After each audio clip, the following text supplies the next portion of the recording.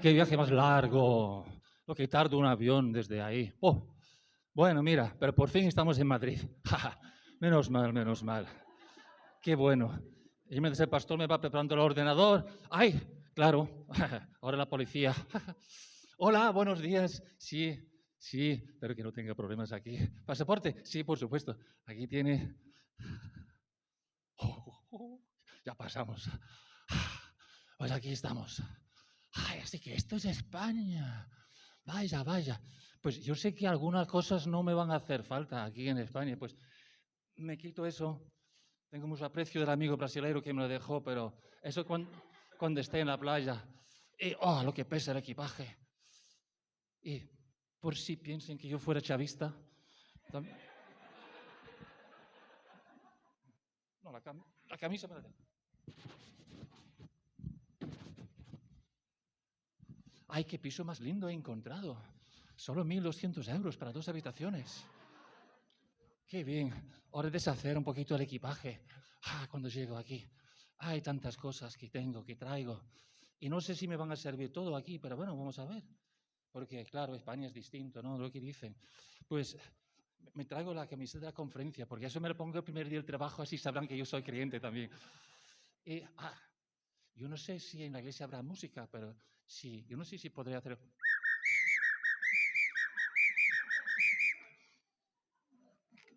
Quizá tampoco sirva, quizá tampoco sirva. Ay, ¿qué más tengo aquí? Ay, mi idioma. Mi idioma. Con lo que me gusta mi propio idioma. Y aunque yo sepa castellano, mi castellano es bien distinto a los de aquí. A veces ni los entiendo, que hablan de cosas. Dicen cosas más raras. Y luego dicen palabrotas. Dicen coger cada 2 por 3. Mi idioma. Voy a dejar mi idioma también. ¿Qué más tengo aquí? Mis ideas. Claro, porque Dios ahí, en mi país, me dio muchísimas ideas de cómo conquistar España. Así que nada más salir del avión, puedo aquí pisar. Voy a empezar el reloj también, porque si no, después se me va. Nada más que pisar el terreno aquí, con todas las ideas que Dios me ha dado, yo sé que aquí vamos a.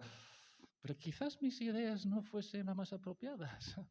Quizás no todo lo que me funcionaba en mi país, quizás aquí no funciona tan bien. Bueno, vamos a ver con el tiempo. A ver qué más traigo aquí. Mis costumbres. Muchísimas costumbres. Ai, na macarronada, cada domingo, aí com a família, que bom. Frango assado, que bonitinho, né? E essas vitaminas que eu tinha lá. Que coisa.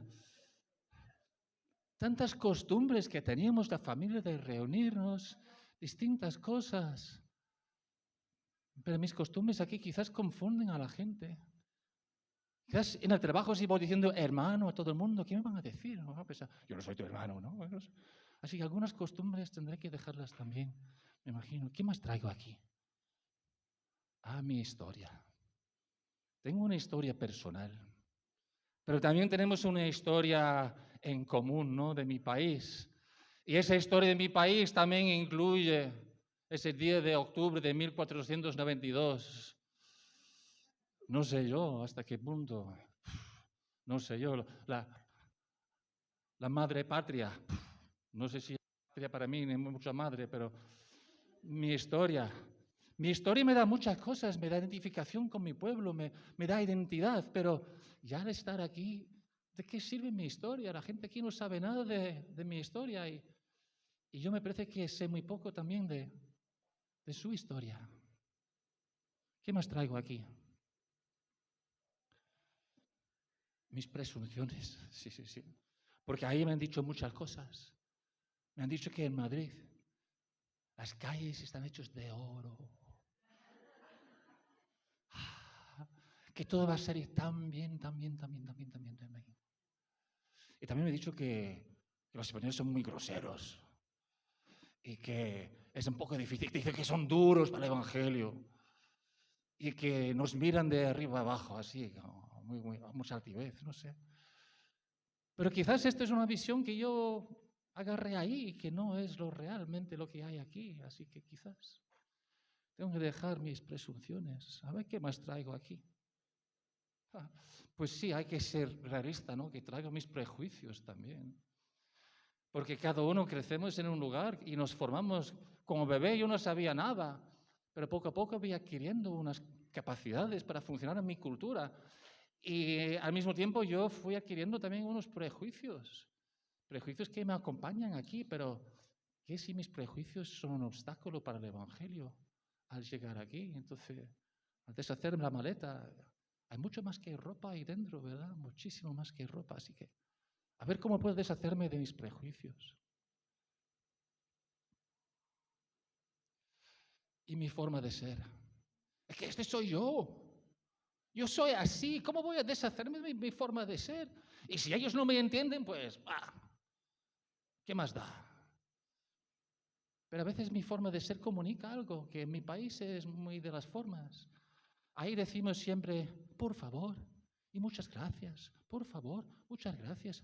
Y aquí he escuchado que la gente no dice gracias, no dice por favor. Entro en un bar y dice, me pone un cafelito. No dice ni por favor. Qué groseros son. Pero quizás, mira, yo soy una persona que he aprendido a expresarme a través de mi cultura y quizás pueda aprender otras formas de expresarme. No dejar de ser yo, pero quizás dejar de usar la misma forma para ser yo.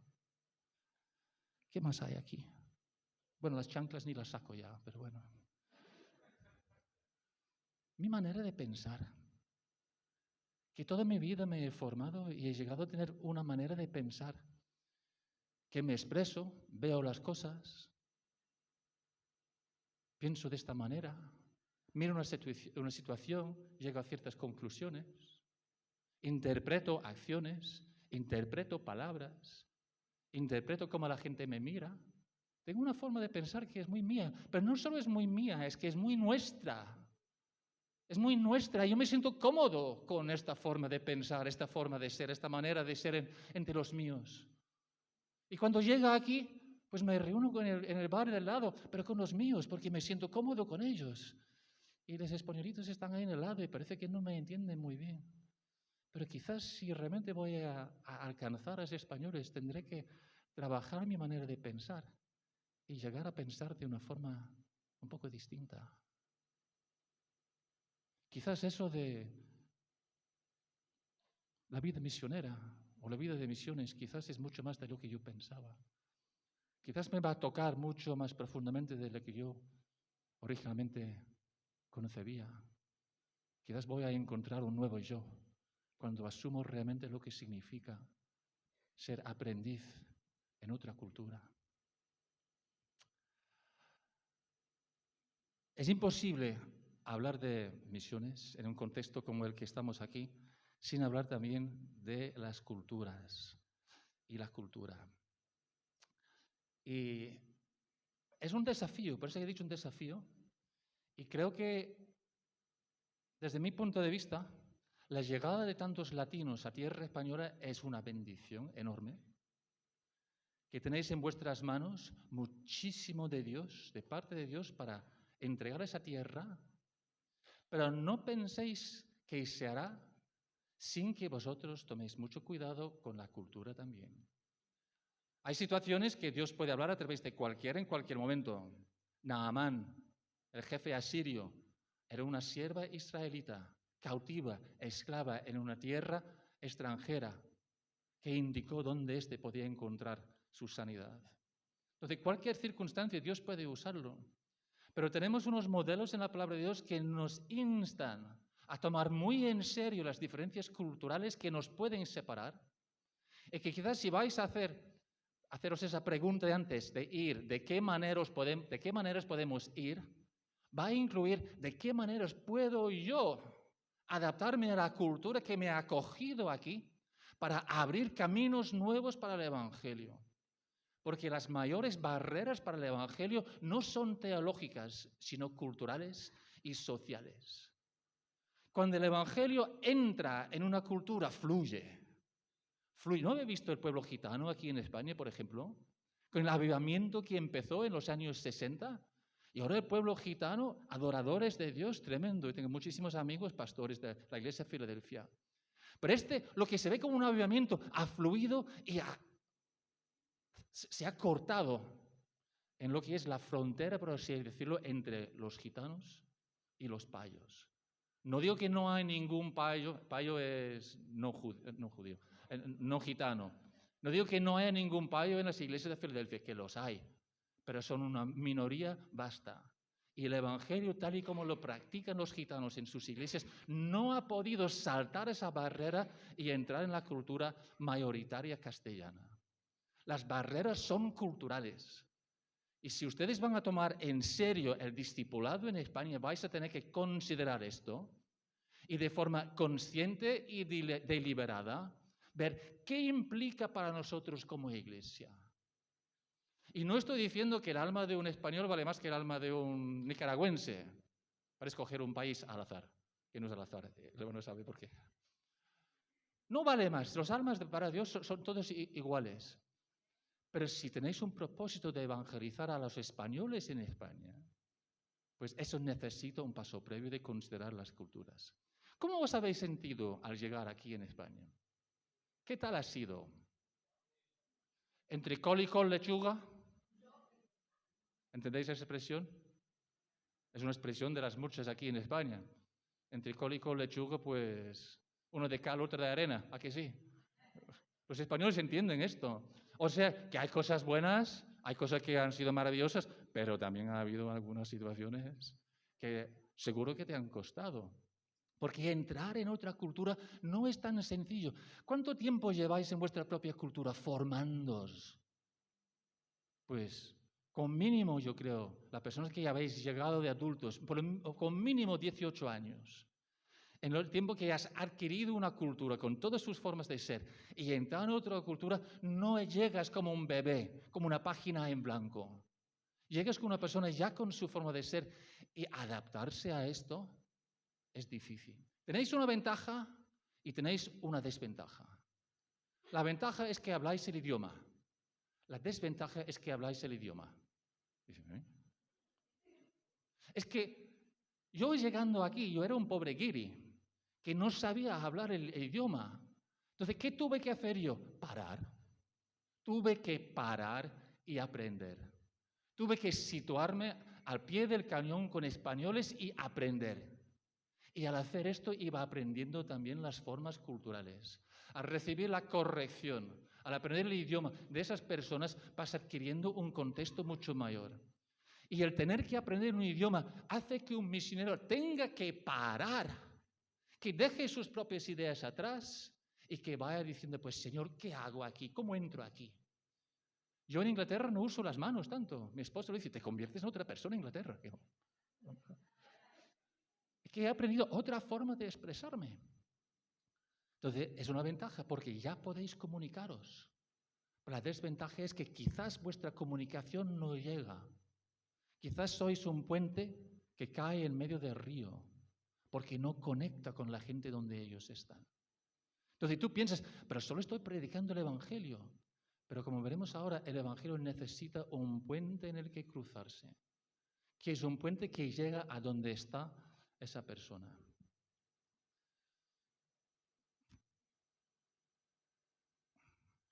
Yo, un buen día de 1985, ya han pasado 5 años desde la última fecha, ¿verdad?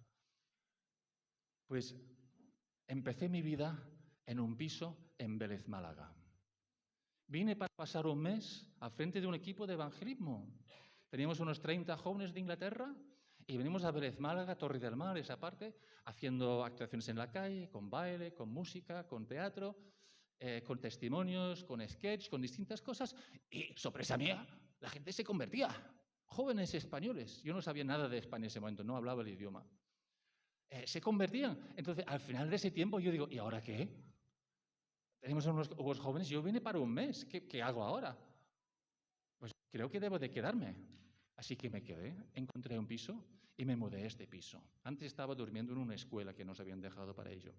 Y en ese piso pensé, ahí empezó mi vida. Septiembre de 1985. Primera noche en mi camita ahí, a las 12 de la noche, porque como hay que acostarse mientras todavía era ante medianoche, ¿verdad?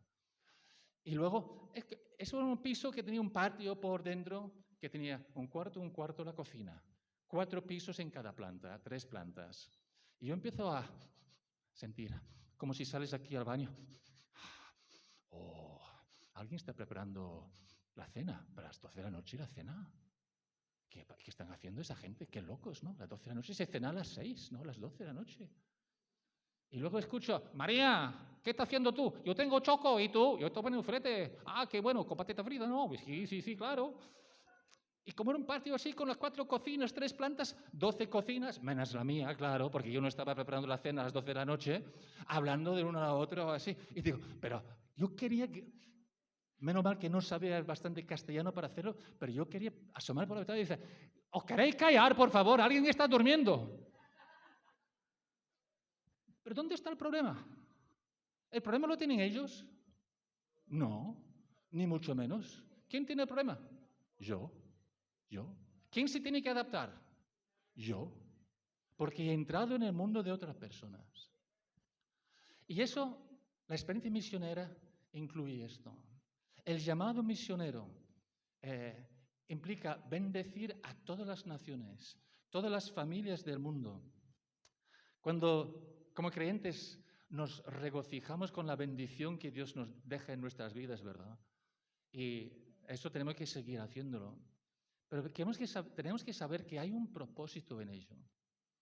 Cuando Dios da esa promesa a Abraham, le dice, te voy a bendecir. Aleluya. Qué bueno, ¿no? Dice, voy a haceros un pueblo numeroso. Mira las estrellas de arriba. Aquí no puedes contarlas todas. Pues así será tu pueblo. Más adelante dice, pues si tienes mucho pueblo, ¿qué necesitas? Un lugar donde ponerlos, ¿verdad? Es así que estáis hablando del local en Barcelona. ¿Por qué tenéis los de Barcelona? ¿Por qué tenéis un local más grande ahora? Porque hay más gente. Si tenéis un local de 12 metros cuadrados y sois 200 personas, pues mira, no cuaja muy bien, ¿verdad? Pero cuando Dios da más gente, de vez en cuando hay que decir, pues mira, tenemos que pensar en el nuevo local. Pero eso no es el propósito, este es el camino, este es el medio, porque el propósito es luego, seréis bendición para toda la tierra. Todas las familias, todas las etnias, el hebreo usa 2 palabras distintas, pero lo que significan son desde la unidad más pequeña, una familia, un clan, hasta lo que es un pueblo entero, seréis bendición a estas personas. Y cuando la Iglesia olvida este llamado, esta comisión de parte de Dios, esa parte de nuestra entidad, cuando nos enfocamos únicamente en ser bendecido, en crecer y en tener dónde colocar el crecimiento que hemos adquirido, perdemos de vista lo que es el propósito de Dios a través de ello. Dios nos bendice, nos multiplica y nos da lo que tenemos para que seamos bendición. Entonces, como la hermana estaba compartiendo antes, yo no tengo duda ninguna de que Dios os ha traído aquí para bendeciros. Yo me alegro mucho. Este mundo es un mundo injusto. Injusto. No hay distribución de riqueza. Y que algunos podáis mandar dinero para vuestros hogares en otros países, yo creo que es una bendición que Dios da. Y creo que seguirá dando esa bendición. Tener un futuro para vuestros hijos, tener una educación, tener una sociedad más estable, todas esas cosas forman parte de la bendición de Dios. Pero no olvidéis también la parte que corresponde, que es ser bendición. Y si Dios te ha traído aquí es para que seas bendición aquí. Así que ponte a pensar, ¿qué significa esto? ¿Cómo hago esto? No supongas que caerá desde el suelo, no, desde el cielo. Las presunciones. Una vez, en el año 1989, en la conferencia de Eurofire con Reinhard Bonnke en Portugal, recogimos un noruego que venía y pidió viajar con nosotros de vuelta a España. Y digo, vale, vienes con nosotros. Paramos en Sevilla para tomarnos una hamburguesa, un viaje largo. Así que al salir de la camioneta, pues él entra y pisa la tierra y dice, en nombre de Jesús echo fuera de demonios. Digo, ah, vale, ok. Así que luego va hacia una mesa donde había 4 personas tomándose su hamburguesa y les mira y dice, aleluya. En serio, ¿eh? Yo estuve ahí, lo he vivido. Y después me dice, yo dije aleluya a estas personas y no dijeron nada. ¿Cómo alcanzas a las personas para Jesús aquí? Digo, bueno, mira, quizás hay que empezar por otros derroteros, ¿verdad? ¿No? Pero no pienses por el mero hecho de ser cristiano, tener la unción de Dios en tu vida, que automáticamente esto se va a comunicar. Porque la comunicación pasa por canales humanos. ¿Cómo vas a hablar con un ruso si no hablas ruso? Es un canal humano, el lenguaje humano. La forma de ser es un lenguaje humano. Entonces, no pienses que pasa de forma automática, sino que aprende lo que significa para que seas una persona que realmente puede llegar a esas personas. ¿Sabéis lo que pasó en Israel, verdad, con el tiempo? Y cuando llegó el destierro, Israel fue llevado a las naciones.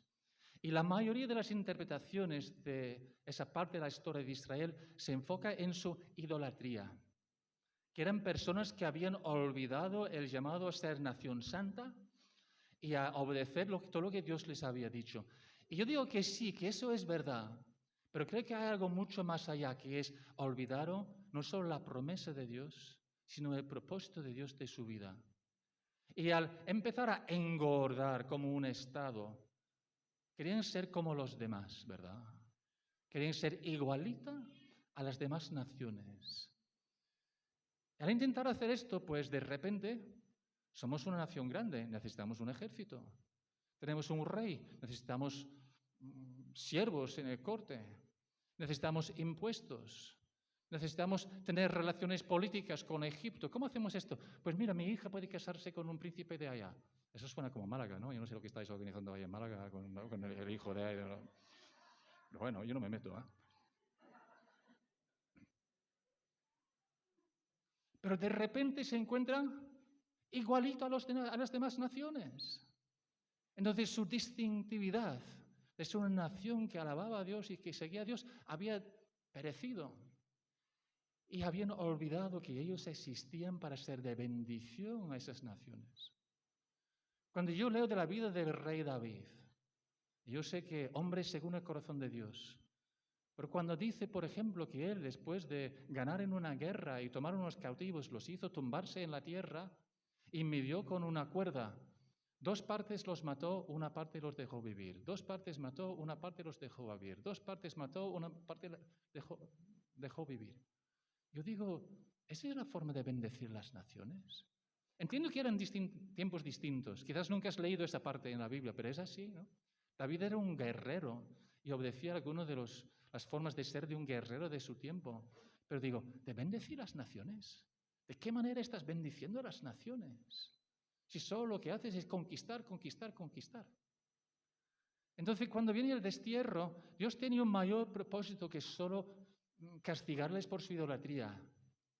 Porque eso sería una destrucción, es un castigo, pero no fue solo destrucción, fue destrucción y destierro. Entonces, ¿ahora dónde están? ¿Ustedes piensan que vuestro templo es lo más bonito que hay? Pues venga, vamos a echar abajo el templo y os voy a llevar. Os voy a llevar a Babilonia, os voy a llevar a Siria, os voy a llevar a Nínive, os voy a llevar a Susa. Nehemías, que están hablando de Nehemías, un siervo de Dios en un país extranjero. Daniel, un siervo de Dios en un país extranjero. Personas que fueron llevados y cuyo ejemplo hay. Nabucodonosor, que conoce al Dios de Israel a través del testimonio de Daniel. Si no hubiera habido destierro, no estaba ahí. Y como iglesia tenemos el mismo peligro, que es de olvidar. Y nos centramos tanto en la bendición que Dios nos está dando donde estamos que nos olvidamos que hay otros pueblos, como decía Jesús un día que se levantó por la mañana después de la oración y iban buscándolo. Dice, ¿dónde está? Vayamos a otros pueblos para que predique también ahí, que hay gente fuera. Y yo me alegro muchísimo por encontrar este local y esas personas aquí y gozar de la presencia de Dios con vosotros. Yo espero que seáis capaces de hacer este lugar un lugar de luz para los 180.000 que viven aquí en Getafe, incluyendo los que son originarios de España. Mateo 5. Hay un texto muy curioso, pero quizás nos ayude a entender la importancia de la cultura. que Jesús dando instrucciones a sus discípulos les dice, id más bien a las ovejas perdidas del pueblo de Israel. Dice, no ir a territorio de los samaritanos, ni a los gentiles, sino a las ovejas perdidas del pueblo de Israel. Y más adelante, cuando se confronta con una mujer sirofenicia que viene pidiendo sanidad para su hija, él le contesta y dice, Dios me ha enviado únicamente a las ovejas perdidas del pueblo de Israel. ¿Qué pasa aquí? Si nuestro Dios es un Dios universal, ¿qué está pasando aquí? Y creo que Jesús reconoció los límites de entendimiento de los discípulos. Y si él agarrase ese grupo de discípulos, que la mayoría eran de Galilea, y los hubiese enviado directamente, pues iban a meter la pata y meterla bien, porque no conocían, no entendían, no tenían la capacidad de relacionarse con personas de otros pueblos de una forma que comunicarían realmente las buenas noticias. Dice, mira, formación, primera etapa de formación, vais a formaros aquí en Galilea. Y Jesús con sus discípulos pateaban por toda Galilea. Sabemos que eran galileos porque Hechos 1:11 dice, cuando Jesús se ha ido y están ahí mirando. Y el ángel viene y ¿qué dice? Varones de Galilea. ¿Aquí sí? Pedro, cuando está siguiendo a Jesús dentro del corte, en ese tribunal que había ahí, ¿qué le dicen? Tú sí eres uno, ¿por qué? Por el acento que tiene. Yo soy de Sevilla. No soy de Sevilla. No soy de Sevilla. Yo soy de Valladolid. Es que no cuela. No cuela. Eran galileos. Y es por eso que Jesús les dio una buena formación. Y luego intentó abrirles poco a poco al reto de ir más allá. Así cuando en Hechos 1:8 dice, predicar el Evangelio en Jerusalén, Judea, Samaria, hasta los fines de la tierra. Jerusalén no era el hogar de los discípulos, por favor. Jerusalén era el primer punto estratégico para que el mensaje del reino de Dios pudiese expandirse a otros lugares. Y Jesús sabía que esos muchachos en ese momento, esas muchachas, esas personas, no tenían la capacidad de relacionarse, de ir más allá de sus fronteras culturales sin hacer algo más de aprendizaje en ello. Y la realidad es que cuando llegamos a Hechos 8:1, es curioso, ¿verdad? Hechos 1:8 dice ir por toda la tierra, pero como no van, ¿Dios qué manda? Un Hechos 8:1, 1:8, 8:1. Vino una persecución y todos fueron esparcidos menos los apóstoles, que se quedaron en Jerusalén, ¿no? Ni ahí fueron capaces de abrazar esa necesidad de testimonio para afuera. Pero bueno, Él los limitó. Y limitó el ministerio de los apóstoles. ¿Y qué nos enseña? La Biblia está ahí para que aprendamos. ¿Qué nos enseña esto? Que el ministerio transcultural hay que pensárselo. Hay que prepararse para ello. Hay que llegar a ser una persona capaz realmente de relacionarse con otras personas, de edificar esos puentes para que el Evangelio pase. Y esa forma parte de vuestro cometido aquí. De no evitar cómo hacer esto, pero realmente poner manos a la tarea en hacerlo. Vemos en la iglesia primitiva todo no sé si de conflicto, pero esas dificultades culturales que son normales. Y quiero usar la situación de la iglesia primitiva solo para ilustrarlo, porque lo más importante es lo que pasa fuera de la iglesia, que llegaremos a ello. Pero mirando primero dentro de la iglesia. Hechos capítulo 6. Había ciertas dificultades. Yo sé, en todas las iglesias hay dificultades, ¿no? Que no se trata de que si hay o si no hay. Siempre hay. Donde haya gente, hay dificultades. La iglesia perfecta es la que está vacía, porque cuantito hay una persona, ya hay un problema en la iglesia. Y yo digo, una de mis oraciones es, Señor, tráenos problemas con 2 piernas, por favor. Porque la iglesia es un lugar para ser restaurado, ¿no? La gente tiene que pasar ahí con sus problemas. Abraza a la gente con sus problemas. Porque con el tiempo verás como Dios hace obras en su vida, ¿no? Pero esta iglesia tenía sus problemas. Pero ¿cuál era la raíz de los problemas suyos entonces? Dice, como el número de los creyentes iba aumentando, gloria a Dios, aleluya, hubo un problema. Porque los creyentes de habla griega eran judíos, pero de habla griega comenzaron a quejarse de los de habla hebrea. Los creyentes de habla española empezaron a quejarse de los de habla portuguesa, por ejemplo, ¿no? Por ejemplo, diciendo que las viudas griegas no eran bien atendidas en la distribución diaria de auxilios.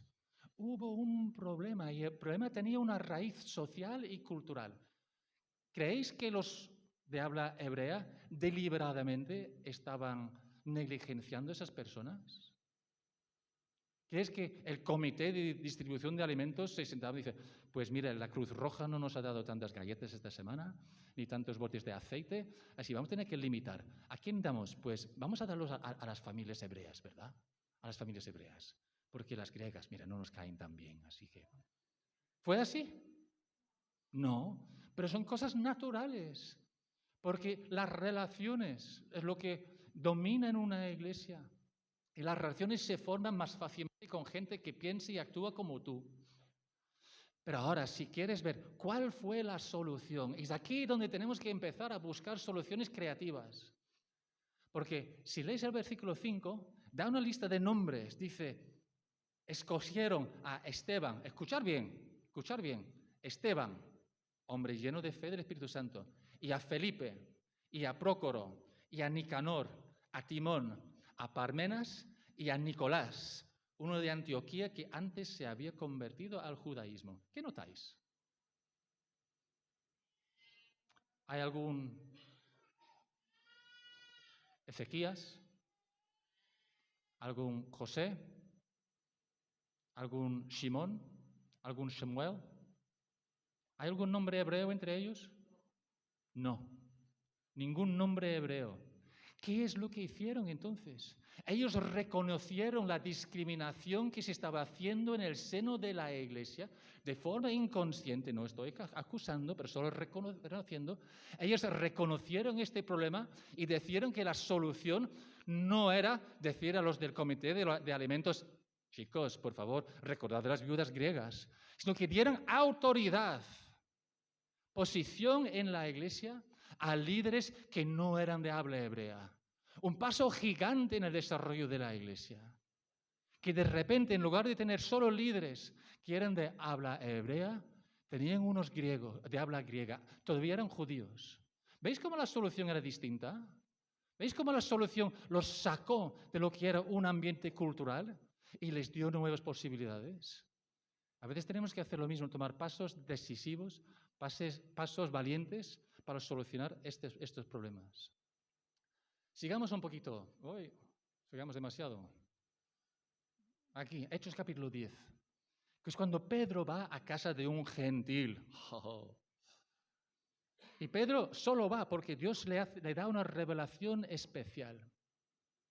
Dios ya ha hablado con Cornelio. Curioso, ¿no? ¿Con quién tiene que hablar Dios?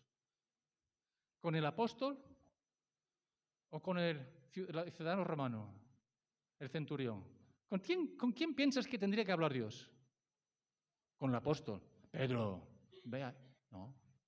Pues habla con el centurión y dice, manda, busca a esa persona. Una revelación. Y mira lo que Pedro dice cuando llega ahí. ¿Cómo ganar amigos, verdad? Sabéis que a un judío le prohíbe su religión tener trato con extranjeros o a entrar en sus casas. Pero Dios me ha enseñado que puedo estar aquí hoy, ¿no? Me ha dicho que no eres tan impuro como yo pensaba, así que gracias por dejarme entrar aquí. No debo llegar impuro a nadie. Y luego en medio de su sermón el Espíritu Santo cae sobre ellos y dice, ¡ah! ¿Qué pasa aquí? Los creyentes procedentes del judaísmo que habían llegado con Pedro se quedaron admirados. El Espíritu Santo se da también a los que no son judíos.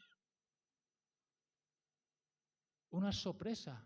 ¿Cómo que Jesús les había enviado por el mundo entero si el Espíritu Santo no iba a ser dado?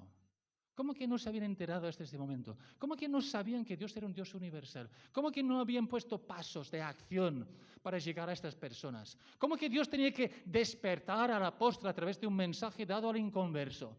¿Cómo que todo esto? ¿Qué es lo que necesita una iglesia de latinos en Madrid para tomar los pasos necesarios para llegar a los españoles aquí de los barrios? ¿Cómo va a hacer esto Dios? ¿Cuáles son estos pasos? Más adelante, tenemos que criar un nuevo contexto. Porque cuando Pedro volvió a Jerusalén, ¿qué es lo primero que le hicieron? La Inquisición. Hemos escuchado que algunos creyentes dicen, ¿por qué fuiste a visitar a los que no son judíos y a comer con ellos? Nos parece a nosotros hoy en día muy poco, para un judío eso era grande.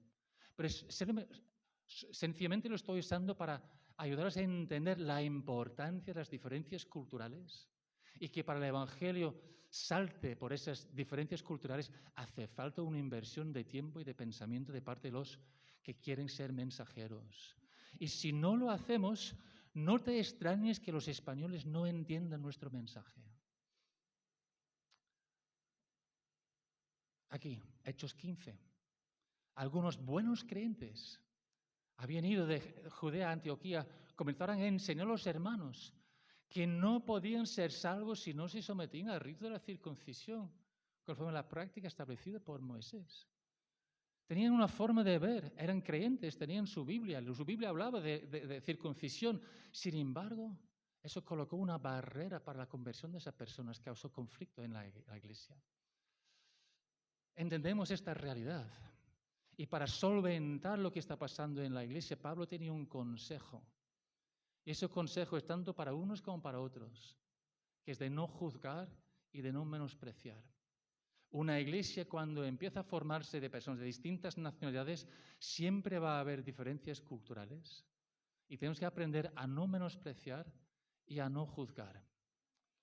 Hasta aquí hemos estado hablando de dentro de la iglesia. Pero hacer discípulos implica también ir fuera de la iglesia. Yo entiendo que muchos más latinos llegarán por una forma muy natural a esta iglesia. ¿Por qué? Porque hay esos lazos de relación. Un latino con otro latino aquí en Madrid se une con mucha mayor facilidad. El sentimiento de lejanía de su país hace que las personas añoran estar con otros latinos. La buena comida brasilera que servís aquí, pues seguro invitáis a una persona aquí a esto y dice, pues yo aquí me quedo. Aquí sí está bien. Aquí. Es que es así. Así que, ¿pero por qué? Es porque ya tenéis establecido y edificado un contexto donde las relaciones sociales naturales que tenéis con gente de vuestras propias culturas permiten que haya unas relaciones, hay unas formas de entender, de allá son personas que ya tienen muchísimo conocimiento de la iglesia evangélica. La iglesia evangélica no hay prejuicios allá tan fuertes como acá contra la iglesia evangélica. Todo el mundo tiene un pariente que es evangélico o cristiano. Si tú ofreces orar por una persona allá, acepta la oración. Es un contexto que ya tiene, así que entrarán, llegarán y vuestra iglesia crecerá. Hay poquísimos españoles que pueden llegar así, no voy a decir ninguno, porque Dios es el Dios de lo imposible, pero Dios también nos pide trabajar para hacer más posible ciertas cosas, ¿verdad?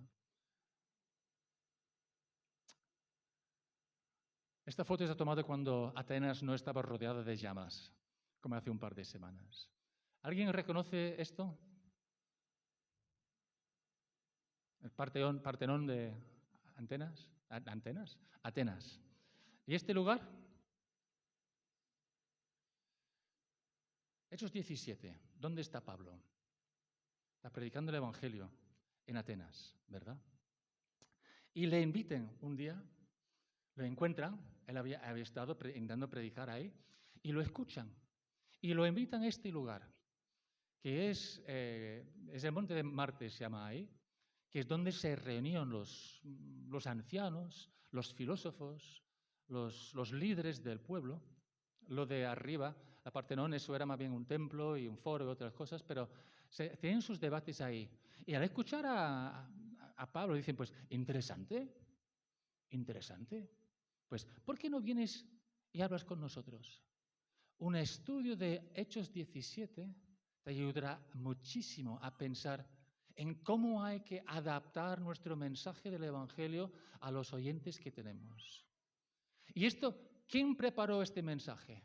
Pues Pablo.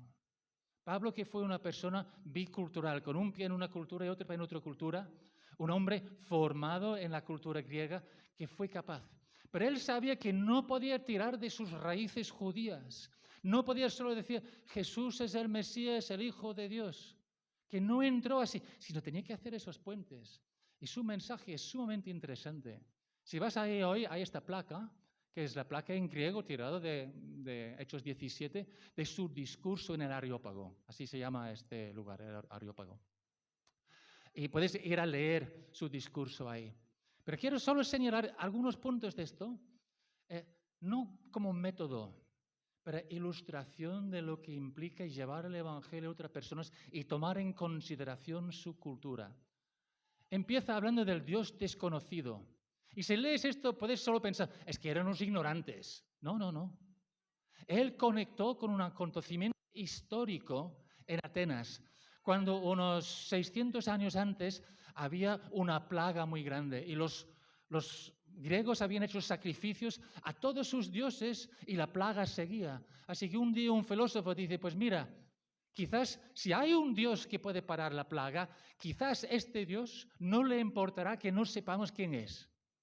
Así que soltemos unas ovejas aquí y cuando uno después de comer se tumbe en la hierba, pues ahí edificamos un altar y lo sacrificaremos al Dios que desconocemos, pero el Dios que tiene poder para intervenir en nuestra situación. Y así fue. Edificaron este altar en el lugar donde una oveja, pobre primera que se sentó, ¿no? Tenía que haber seguido comiendo, pero vamos. Ahí edificaron el altar, sacrificaron la oveja y dice la historia o la leyenda de su tiempo que la plaga paró. Así que Pablo conecta con esto. No solo habla de un Dios cualquiera desconocido, sino que este Dios que habéis buscado en vuestra historia. Y yo vengo a deciros, el Dios que sabéis vosotros que tiene poder para solucionar un problema que ningún otro Dios podía. Yo vengo a deciros que este es el Dios a quien clamabais sin saberlo. Aquí es distinto así, ¿verdad? Porque supo conectar. ¿Cómo conectas con personas de España si desconoces su historia? Si desconoces su cultura, su geografía, su forma de ser. ¿Cómo haces este puente del mensaje? Y luego seguía, de un Dios no servido por manos humanos. Eso sigue el pensamiento de los filósofos epicureanos. Porque claro, la religión popular, ¿cómo es? Flores, flores, más libaciones a los dioses, como los dioses necesitaban lo que proveemos. Venga, voy a derramar vino ante el Dios este aquí, como el Dios fuese satisfecho con el vino que yo le doy. Los epicureanos decían, pues qué tontería. Un Dios real no está servido por las manos de los seres humanos. Como el Sino Nuestro dice, ¿no? Pues, ¿ofrendas vuestras?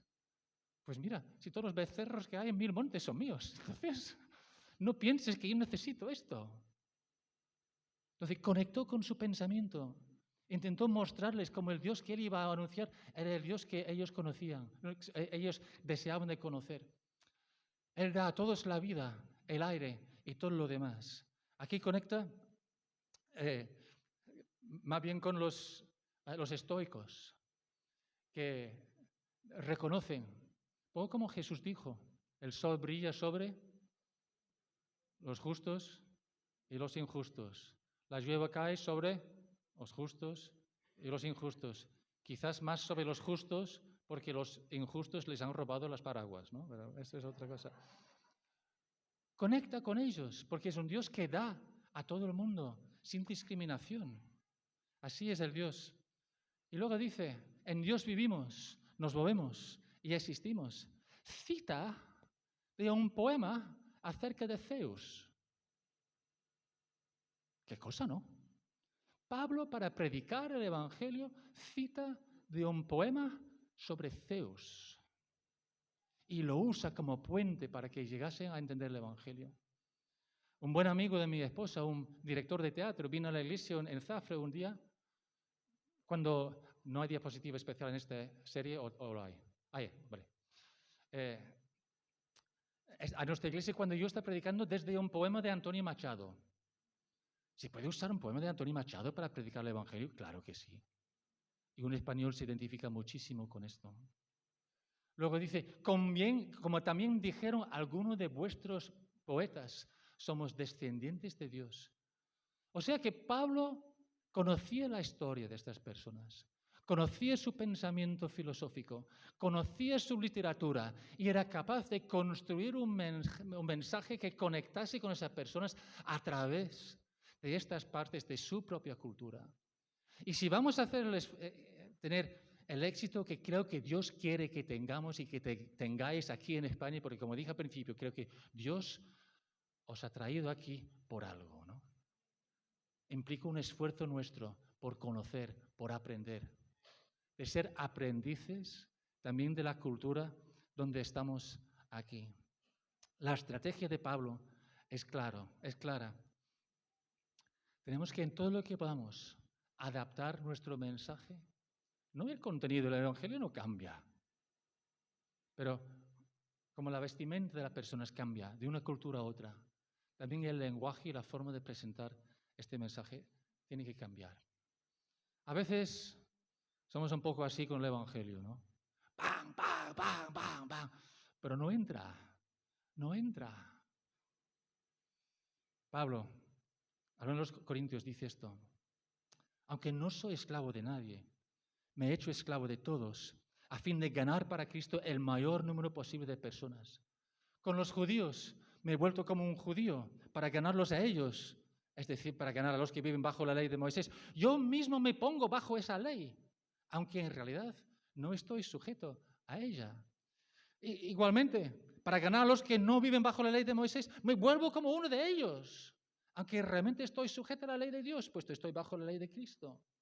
Con los débiles en la fe, también para ganarlos, me vuelvo débil como uno de ellos. Es decir, que me he hecho igual a todos para de alguna manera poder salvar a algunos. Y todo esto lo hago por causa del Evangelio, para tener parte en él. ¿Eso qué implica para ti? En un sermoncito de 45 o 50 minutos no te va a dar las respuestas, te va a dar las preguntas. Y te toca a ti tomar esa pregunta, meditar bien en esa pregunta, buscar de Dios cuáles son las respuestas. Pero ¿qué implica para ti?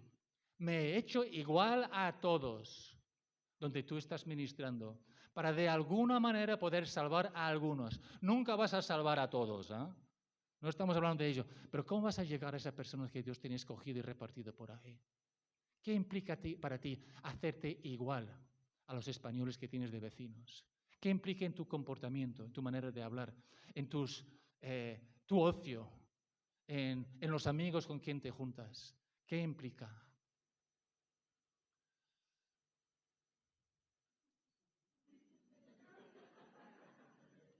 Ya sabéis lo que toca ahora, ¿verdad? Sesión 5. Vamos con sesión 5 y pronto terminamos el 5. ¿Y sabéis lo que viene después? Yo estaba mirando el programa y digo, después viene la comida. Así que si yo decido hablar 1 hora y media, no estoy molestando al otro que viene después, ¿no? No os preocupéis. No va a ser así.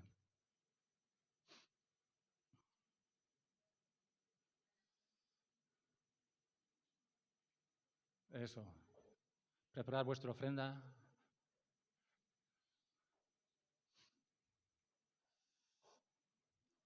Os quiero hablar de una epístola del segundo siglo. Hace mucho tiempo.